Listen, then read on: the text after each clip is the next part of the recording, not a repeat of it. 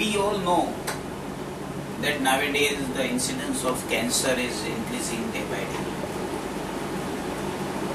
And even young patients are diagnosed with cancers. Because of the late marriages, many of these men and women, they don't have children.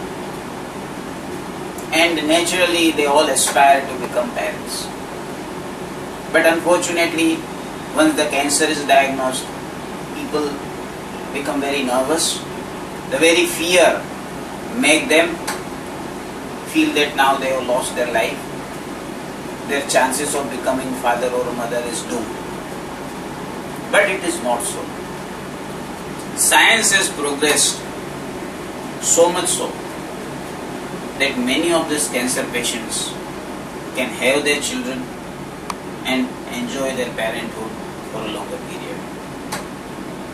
If we see the cancer, we can divide in two parts. One is cancer associated with the reproductive organ of the woman and cancer associated with the other organs. And nowadays, more and more conservative surgery is done for the cancer of reproductive organ of a woman.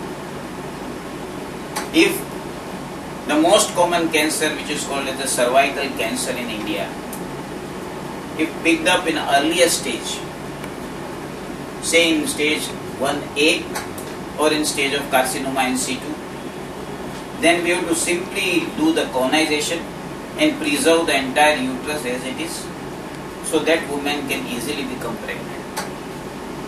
Instead of removing entire uterus, we can only remove the part which is affected, and that helps to preserve the fertility of the woman. Similarly, there may be cancer of ovary,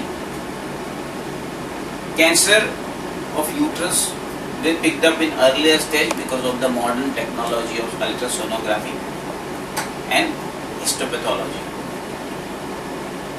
These patients also, we try to conserve the primary organ like ovary and uterus, and with subsequent chemotherapeutic agent or some radiotherapy agent, we try to preserve the fertility.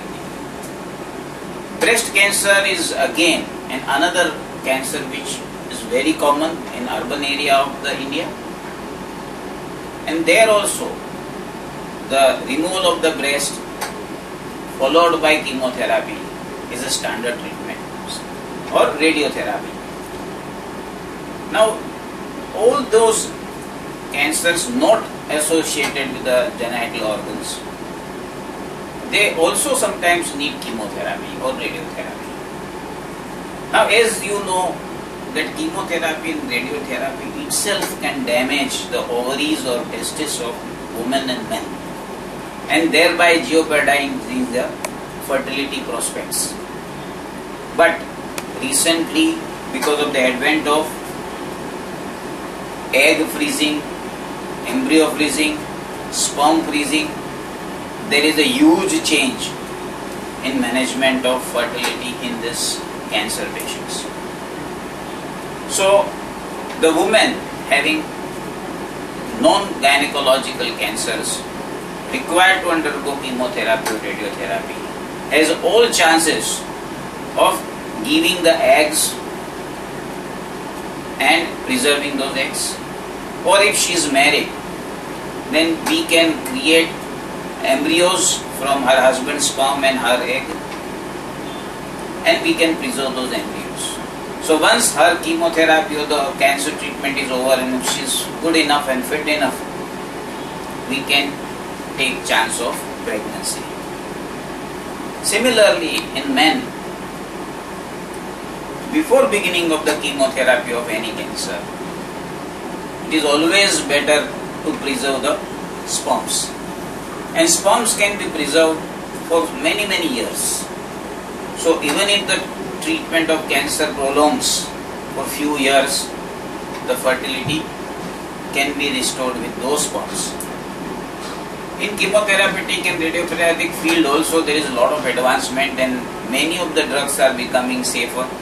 Those men and women initially may become infertile, but over a period of time they may get good recovery from their fertility functions.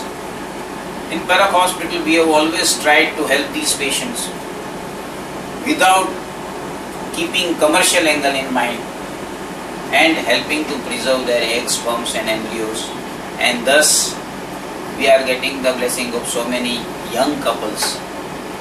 Once they conceive after the treatment of cancer, it is really, every one of us feels so happy that we have given new life to this young couple. Thank you.